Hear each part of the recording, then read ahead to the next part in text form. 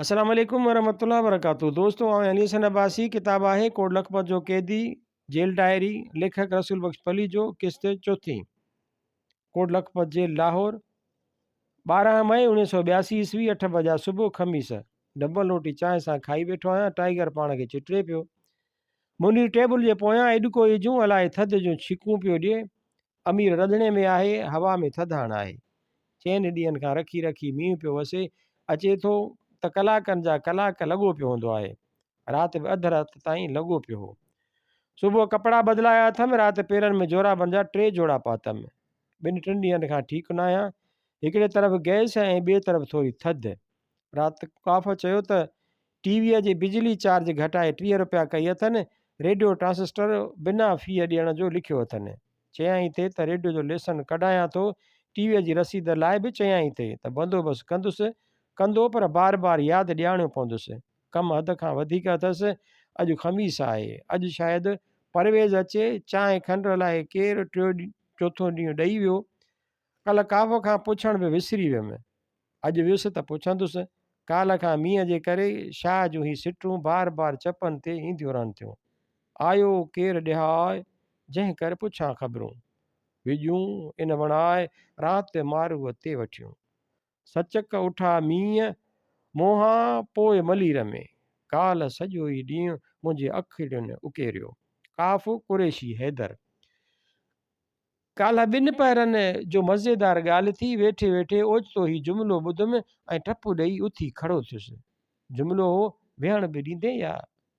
गौर कयुमि त उहो बेख़यालीअ में मुंहिंजे ई वातां बेअख़्तियार निकितो हो ऐं ॾाढे एहतिजाज वारे लहजे में निकितो हो। सोचियमि त छो केरु नथो विहणु ॾिए ऐं कंहिंखे, ऐं छो? पोइ यादि आयमि हिकु पल अॻु लतीफ़ जी हिकु सिट ईअं ओचितो मुंहं मां निकिती हुई। जा हुई जेरी वरची न वेठी। ऐं पोइ बेख़यालीअ में झूंगार बि रही। जा हुई जेरी वरची न वेठी। जा हुई जेरी वरची न वेठी। मूं शायदि का कैदीअ जी अपील पे लिखी। उहा सिट बार बार झूंगार बि ॿुधी उनजे मतिलब ॾांहुं ध्यानु छिकियो। ऐं जॾहिं उनजी गहराई सम्झियमि त तहतल शऊर बल्कि लाशऊर में हिकदमि उहो ख़्यालु आयो त असीं सिंधी कारकुन बल्कि सॼे मुल्क जा पोरियत कारकुन त उन हिसाब में किथे बि कोन चइबासीं। उन मयार जे माण्हुनि जे काफ़िले जी धूड़ खे बि रसी कोन सघंदासीं। त चइबो असीं रुगो झख पिया मारियूं ऐं सचनि कारकुननि जो नालो पिया बदनाम करियूं। पंहिंजे उन पोज़ीशन जे अहसास ते लाशऊरी तरह सख़्तु अफ़सोस बि थियुमि ऐं लतीफ़ ते हुजत वारी कावड़ बि आयमि त अहिड़ियूं ख़बरूं करे असांजो वेहणु हराम करियो छॾे। सो लाशऊरी तरह ऐं बेअख़्तियार बेचैनीअ विचां टपु ॾेई उथी खड़ो थियुसि ऐं तसवर में लतीफ़ खे मुख़ातिब थी उहे लफ़्ज़ बिल्कुलु पाण मुरादा वात ते अची विया। सैद पंहिंजे मुल्क में वेहण बि ॾींदे या हितां टपड़ ॿधूं? ॿिया लफ़्ज़ उचार या कोन रुगो उहे लफ़्ज़ चपनि मां निकिता, वेहण बि ॾींदे या? अॼु परवेज़ मुलाक़ात ते आयो।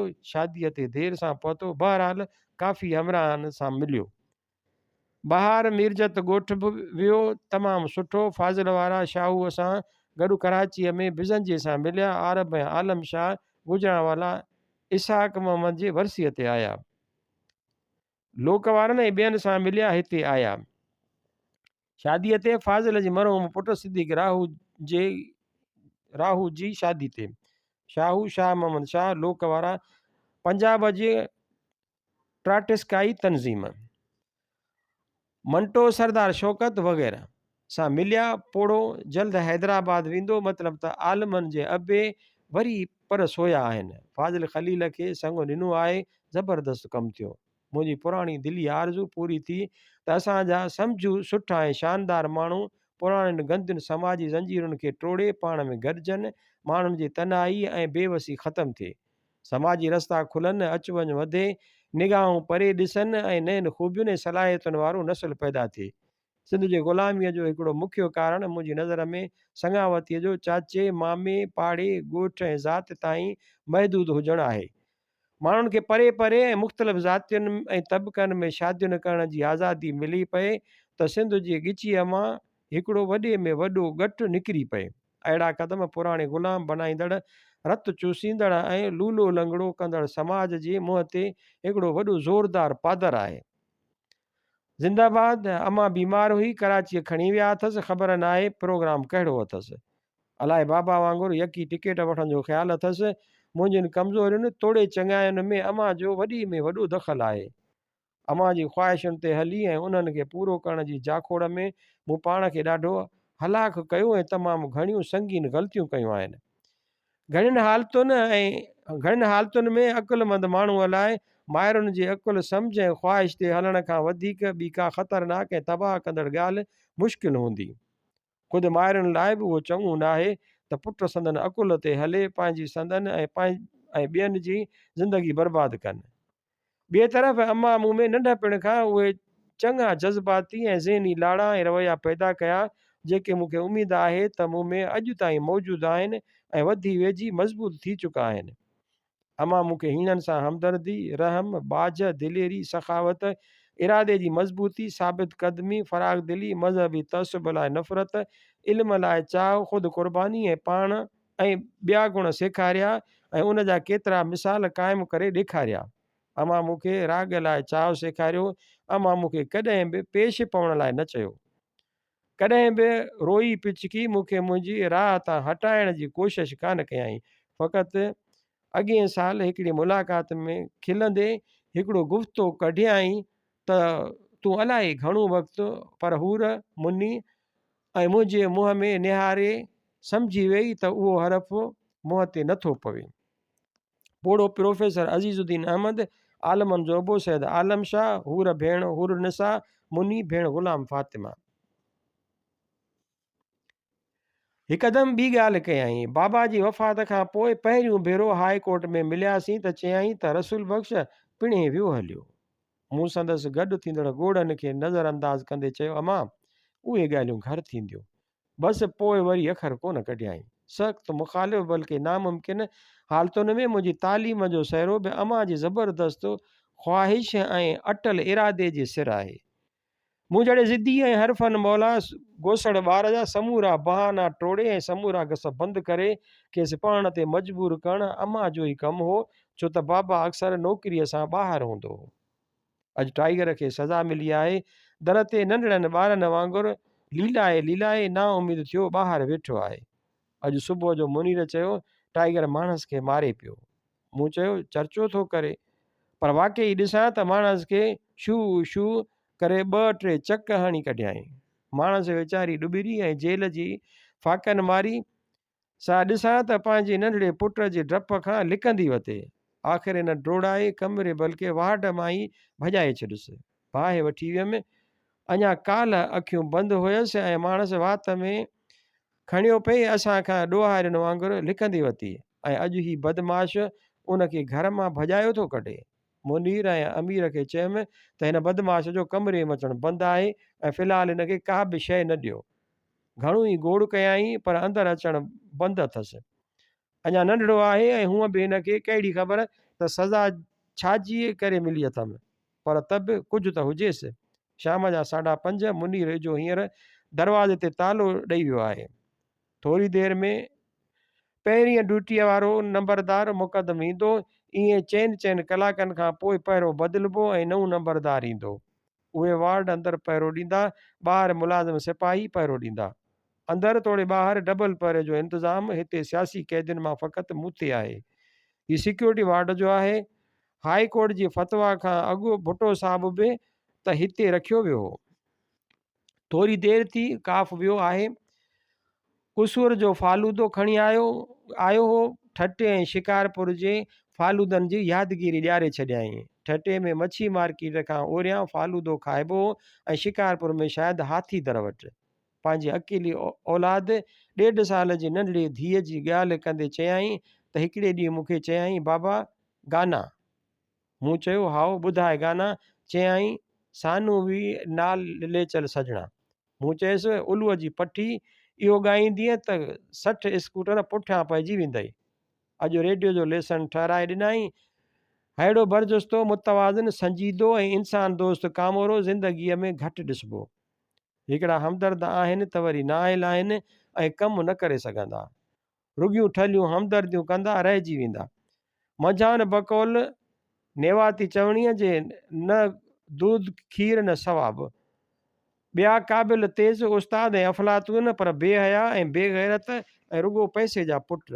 ही क़ाबिल बरजुस्तो ऐं कारगर बि आहे त इंसान दोस्त बाहया बाफ़ज़ीलत ऐं वॾी ॻाल्हि त ज़िंदह दिलि बि हिकिड़ो माण्हू सभिनी खे ख़ुशि करे ई नथो सघे, पर हिन मां आम क़ैदी बि ख़ुशि, सिपाही बि, सियासी बि ऐं आला ऑफिसर बि। मतिलबु त अहिड़े अमृत धारा क़िस्म जे हर मर्ज़ ते पवण वारे कामोरिकी शख़्सियत मूं ज़िंदगीअ में का ॿी अञा कान ॾिठी आहे। वॾे अमराह सां गॾु हू घणो करे सॼो पोयों वक़्तु वेंदे बि न पछाड़ीअ ताईं बुनियादी तरह चालाक कोन्हे। निहायत सम्झू हुअण सां गॾु काफ़ी सादो बि आहे। संदसि फितरत सां गॾु संदसि हालतूं बि साज़गार आहिनि। सख़्तु महिनती बि आहे, एमए बि आहे ऐं पैसे वारे घर जो बि आहे।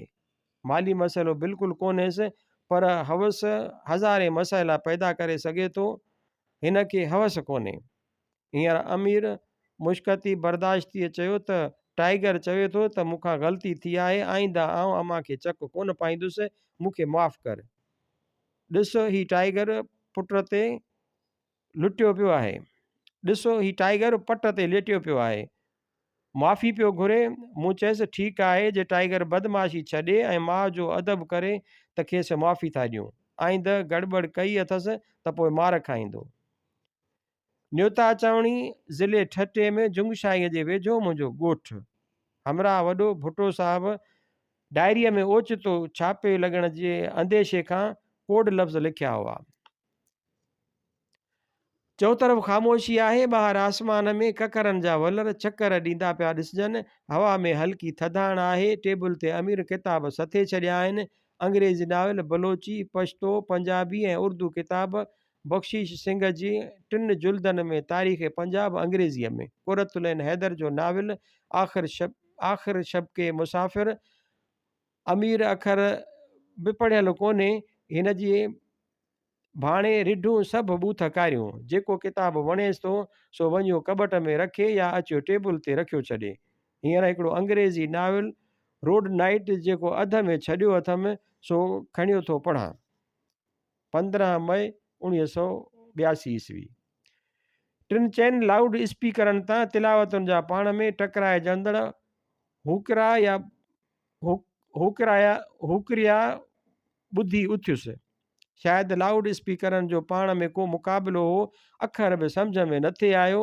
मशहूरु फ़िदाई रसूल मक़बूल ऐं बाबाए नात गोयान अब्दुल अज़ीज़ ख़ालिद शाइर अॻे जंग में 2 मज़मून लिखी। उन्हनि लाउड स्पीकरनि जी पाण में चटाभेटीअ ख़िलाफ़ु ऐं मज़हब जी बेहुरमती ऐं बदनामी करण ऐं उन जे नाले में माण्हुनि जो जीअण हराम करण ख़िलाफ़ु घोड़ा बि कई हुई।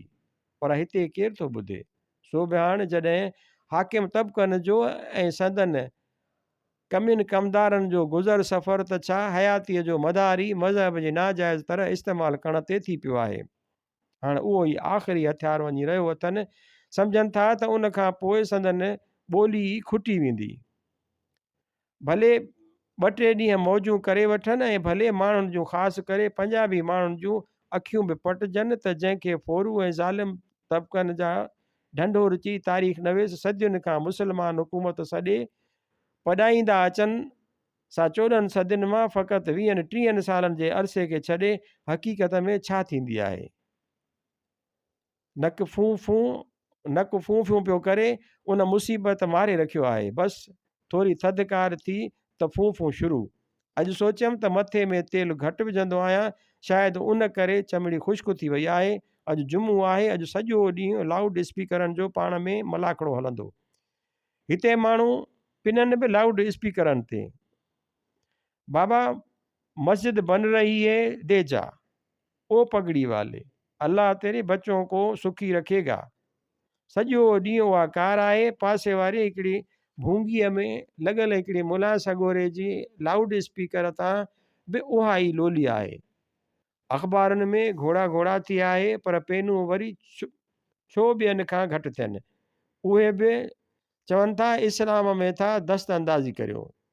सोचीनि था त इस्लाम जे आड़ में माण्हू करोड़पति ऐं अरबपति थी विया आहिनि। असां ॾोह कयो।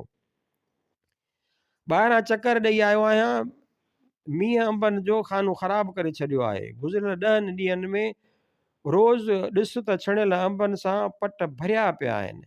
चवनि था हिकिड़ो ॾाढो मिठो वणु आहे, हर साल अंबनि सां सथियल अंब ॾिसां थो, पर अंब नसीब कोन था थियनि। घर वारा सिंधड़ी अंब जॾहिं ॿूर झले ऐं अंबियूं कढी, तॾहिं हमरा अचो दर ते बीहनि। सखर जी स्पेशल वार्ड जा अंब तयारु थिया त हैदराबाद कढियाऊं। उतां हेॾां हिते आयुसि त अंबनि जा वण हुआ, बाक़ी अंब खाॼी विया हुआ। हिननि मां हिकिड़ो अंब चवनि था भुट्टो साहिबु ताते वॾो करे वियो आहे, खेसि पाणी बि हथनि सां ॾींदो हो। हूअं आउं अंबनि जो न को शौक़ीन आहियां, न को खाई सघंदो आहियां। मिड़े सूणु थियो करणो। राति रोड नाइट नाविल पढ़ी पूरो कयुमि, मसइलो उहो ई पुराणो। शरीफ़ घर जी छोकिरी घटि दर्जे जे माण्हूअ सां शादी करे पंहिंजी शराफ़त कीअं बरक़रार रखे थी। डॉक्टर जी शहरी धीअ छोटड़ू ज़मींदार सां शादी कीअं करे। ख़ैर हिते लाइ उहो बि नाविल चइबो। केतिरनि ॾींहंनि खां न रेडियो आहे न टीवी, कॾहिं अणहूंद कमु अची वेंदी आहे। ऐं अक्सर उन्हनि ॿिन्हिनि खां बेज़ार रहियो आहियां। न वक़्तु आहे ऐं न उन्हनि में लाॻीतो मज़ो। बसि कॾहिं कॾहिं चंडाणी जुमाणी पिटे पल ॿधी या ॾिसी छॾियो त वाह, न त ठहियो। जेल में रेडियो ॼण हफ़्ता क्लीम जी बादशाहत माचीस छॾे रेडियो जो मालिक बि पाण खे शहनशाह पियो सम्झंदो। वझ मिलंदुसि त ईअं खणी पियो घुमंदो जीअं शौक़ीन तितरनि जी जोड़ी पिंजरे में विझी घुमाईंदा आहिनि। बकौल शाहनवाज़ जूणेजे जे खफ़्ती चवंदा आहिनि, पंहिंजी पखीअ बिना मुड़ुसु जॾो। हिते जे हमराहनि खे रेडियो बि त टीवी बि। असां बि खंगी खंगी ॿिन्हिनि जी मंज़ूरी वरिती, पर अचनि किथां। हमरा तकड़ में अहिड़ो हिकिड़ो सस्तो देसी रेडियो वठी ॾेई विया, जेको पहिरें ॾींहुं ॿुधी हिते जे हमराहनि चयो फैक्ट्रीअ में ॾियारे मोकिलियो त मरमत थी अचे। आख़िर टीवी बि मिली पुराणी सुराणी, पर नए रेडियो खां वधीक कमु थिए ॾिनई। दुनिया जा अजीब रंग ॾिठासीं। सदर मोहतरम जूं रोज़ ज़ियारतूं कयूंसीं। मौलाना क़िबले इसरार अहमद जा वाइज़ ॿुधासीं। ॿियनि उलमाए कराम जा मोतियुनि जहिड़ा भलारा गुफ़्ता ॿुधासीं। कवालियूं ॿुधियूंसीं।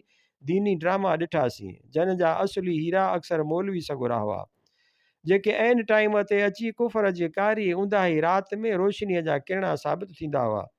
मतिलबु त नूर ई नूर ॾिठोसीं। अलबत कंहिं कंहिं महिल विचां विचां अताउल्ला न्याज़ी रेशमा पारनि जा ॿोल बि ॿुधी थे वरितासीं।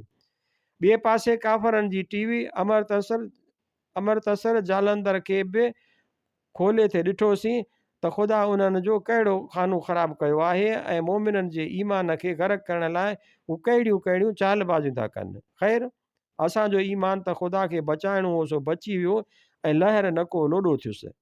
बाक़ी हुई ईमान जी परख, असुल कारी क़याम। हफ़्ते में 2 दफ़ा फिल्मूं ऐं 3 दफ़ा फिल्मी गीतनि जो प्रोग्राम। चतरहार मोमिन जी दिलि लाइ आज़माइश जी हद ई कान हुई। उहे फितना, उहे तबाहियूं, उहे निसोरियूं क़यामतूं जो रब जो फज़ुल पाकिस्तान जे माण्हुनि सां शामिलु न हुजे हा त हिते वारा फिल्मी स्टूडिया ऐं रेडियो टीवीअ जूं स्टेशनूं चरिया माण्हू कॾो का हणी भञी पुरज़ा पुरज़ा करे छॾींदा।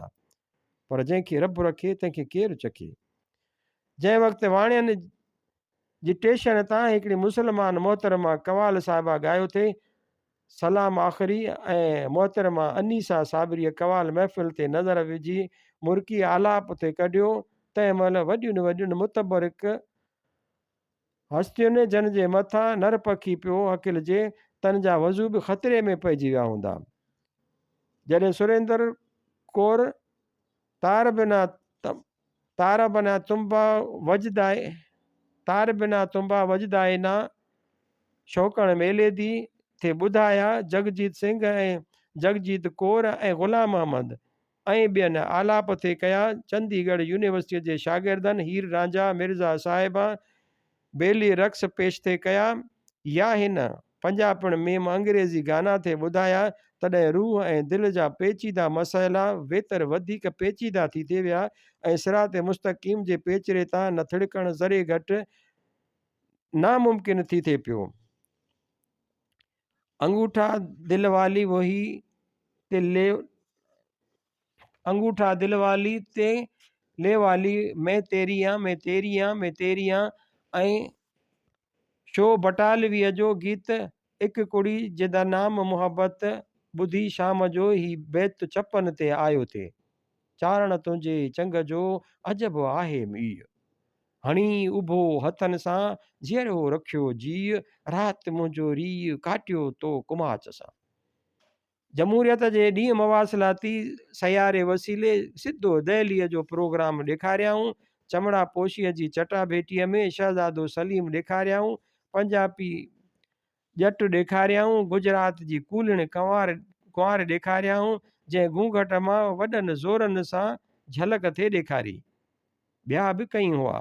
पछाड़ीअ जो मालूम थियो त शहज़ादो सलीम मरकज़ी वज़ीर इतलात साठी हो, पंजाबी जट पार्लियामेंट जो स्पीकर हो, ऐं कूलण कंवार दहलीअ जी नौखेज़ सांवरी सलोनी पुलिस ऑफिसर SP ट्रैफिक मोहतरमा मिसिज वर्मा हुई, जंहिं दिल्लीअ में थरथला विझी छॾिया आहिनि ऐं जंहिंजा कानून जी भञकिड़ी कंदड़नि ख़िलाफ़ सख़्तुनि जा कारनामा पाकिस्तानी सहाफ़ियुनि बि बयानु कया आहिनि।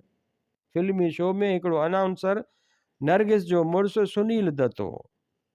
लता अची ॻायो ऐं ख़ूब ॻायो, पर जॾहिं महिमान ख़ुसूसी दादा मुनी अशोक कुमार आयो ऐं हाज़रीन जी सख़्तु इसरार ते विच विच में टुटी पवंदड़ आवाज़ में फिल्म क़िस्मत जो गानो धीरे धीरे आ रे बादल धीरे धीरे ॻायाई, तॾहिं उन मामूली गाने ऐं मामूली आवाज़ ते ख़लक़त पागल थी पई।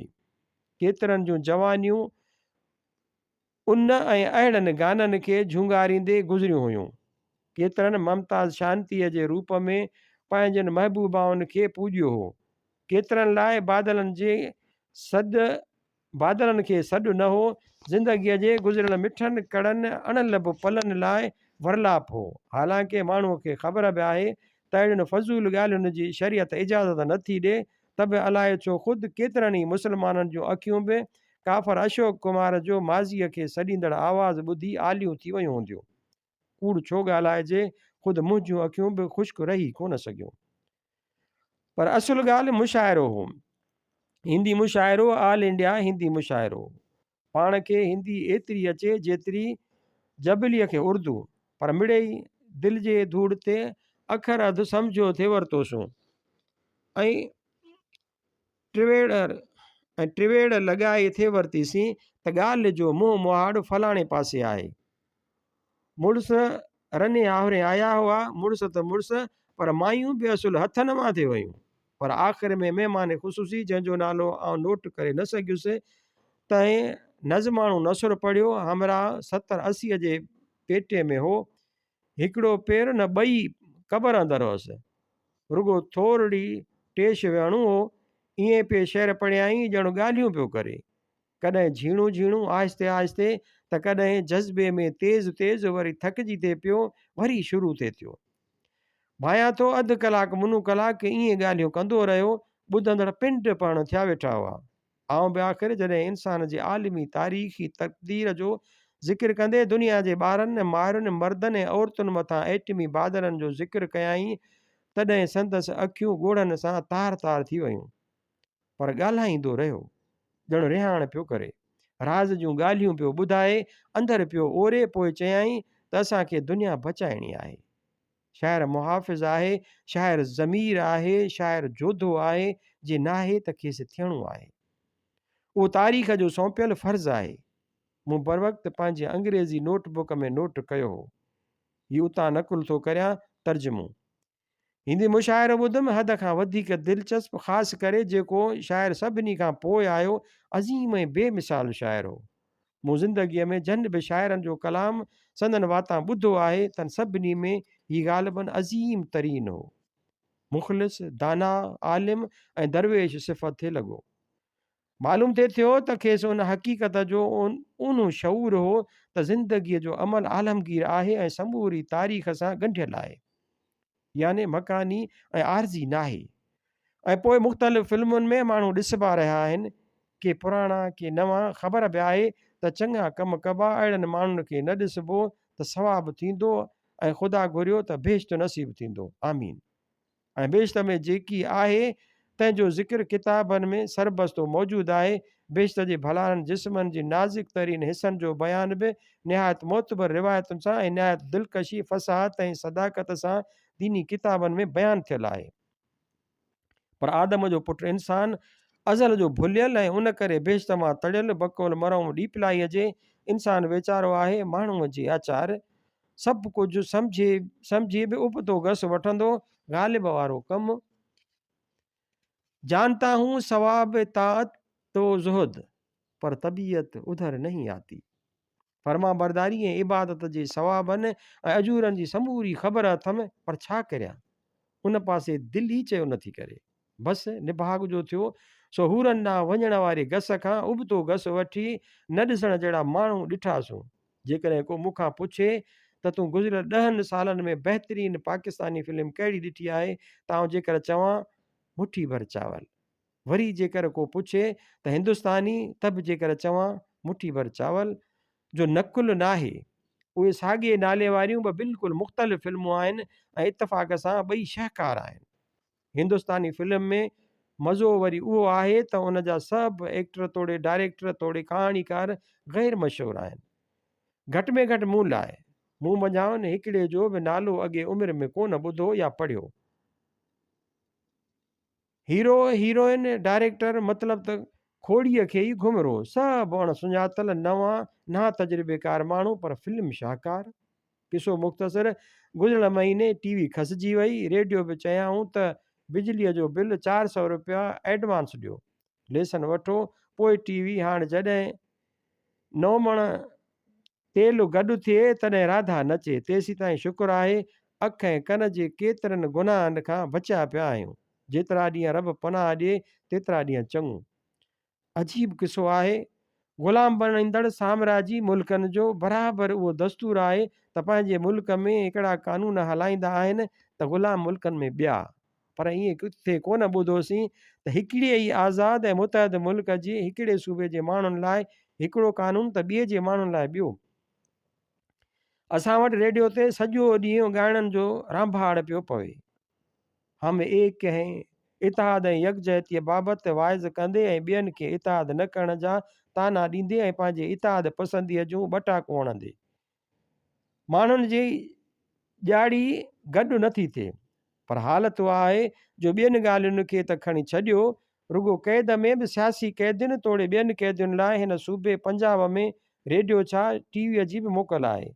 पर सिंध में पंहिंजे वात सां सीटी वॼाइण बि जेल मैनुअल जो ॾोह। हिते साल में 6 महीना मुआफ़ी त हुते 2 महीना। रुगो अख़बारुनि में पढ़िबो त बि अलल ऐलान लिखियो पियो हूंदो त ईद ते पंजाब में 2 महीना मुआफ़ी त सिंध में 1 महीनो। हिते महीनो त हुते नदारद टोटल कबो त जेकॾहिं साॻिए ॾींहं ते ॿिनि माण्हुनि खे हिते ऐं हुते जनम क़ैद जी सज़ा मिलंदी ऐं ॿिन्हिनि जो रिकॉर्ड साॻियो हूंदो त हिते वारो मसलन 7 सालनि खां पोइ छुटी वेंदो त हुते वारो 13 सालनि खां पोइ। ॾोह साॻियो सज़ा साॻी पर छुटण में सालनि जो फ़र्क़ु। लमाज़ा तकुलू माला तफ़लून क़ुरान हकीम जेकी करियो ई नथा तंहिंजूं ठलियूं ॻाल्हियूं छो था करियो। इश्क़ दी कूक सुण के जोगी उतर पहाड़ूं आया।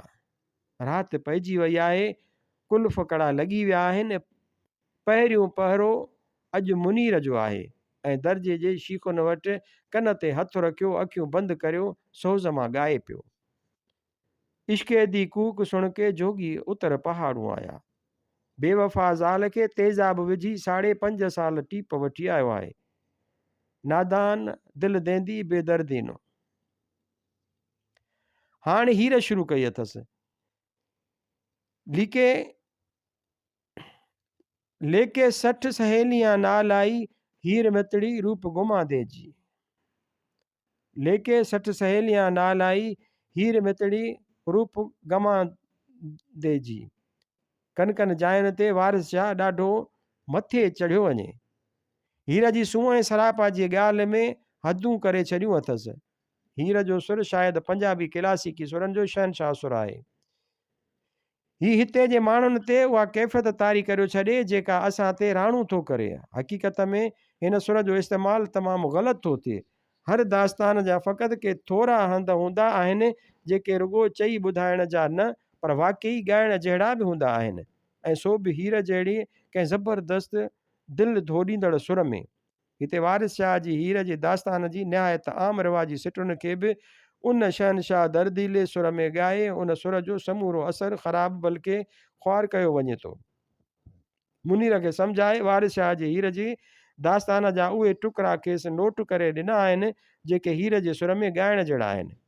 सो अॼु मुनीर हमेशह वांगुरु हितां हुतां ॻाइण बदिरां ख़ासि टुकड़ा ॻाए पियो ॿुधाए।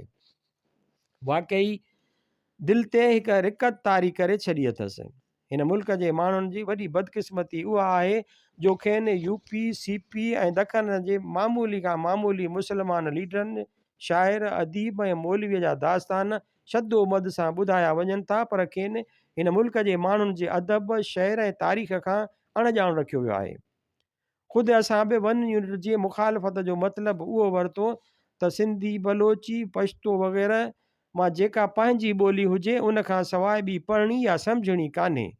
उन करे सभु हिन मुल्क में रहंदे हितां जे ॿियनि माण्हुनि जे अदब शहर सकाफ़त ऐं तारीख़ खां अणॼाण रहिजी वियासीं। अलाए कंहिंजो कौल आहे त जेको जेतिरियूं ॿोलियूं ॼाणे सो ओतिरा भेरा मुड़ुसु आहे। पंजाबी ऐं सराइकी त ख़ैरु पर बलोची ऐं पश्तो बि मुनासिबु महिनत सां आहिस्ते आहिस्ते करे आसानीअ सां सिखण जहिड़ियूं ॿोलियूं आहिनि। विरोहीअ लाइ नथो चई सघां जो मूंखे अखर बि नथो अचे, तंहिंखां सवाइ उन्हनि ॿोलियुनि मां तर्जुमा थियणु खपंदा। बहरहाल पश्तो लोकगीतनि खां वधीक शौक़ ऐं जीअ में जाइ कंदड़ लोकगीत मूं दुनिया जी कंहिं बि ॿीअ ॿोलीअ जा न पढ़िया आहिनि। रुॻो फारिग बुखारीअ जो उर्दू किताबु पश्तो लोकगीत पढ़िबो त ख़बर पइजी वेंदी। बालात जा रज़मिया नज़म ख़लीफ़े नबी बख़्श जे केॾारे खां घटि न आहिनि।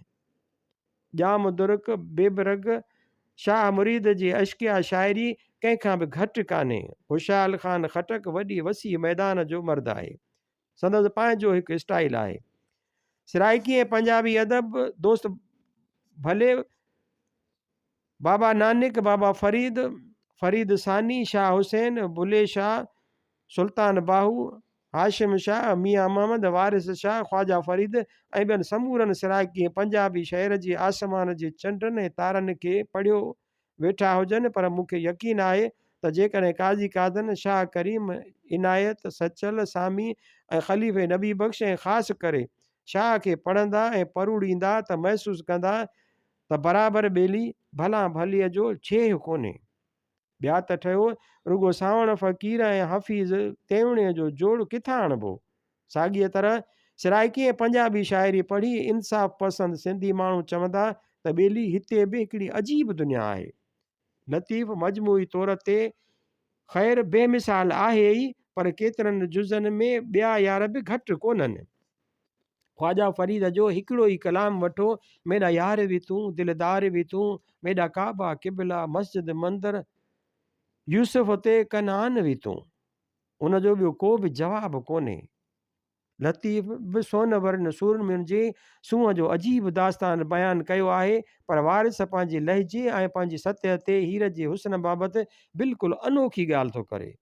मतिलबु ॻाल्हि जो त हर क़ौम जे अदब ऐं शहर में के न के अहिड़ियूं ॻाल्हियूं ज़रूरु आहिनि जे ॿियनि में न आहिनि ऐं उहे ॼाणणु ॿियनि क़ौमुनि जे माण्हुनि लाइ वॾी ख़ुशकिस्मती थींदी।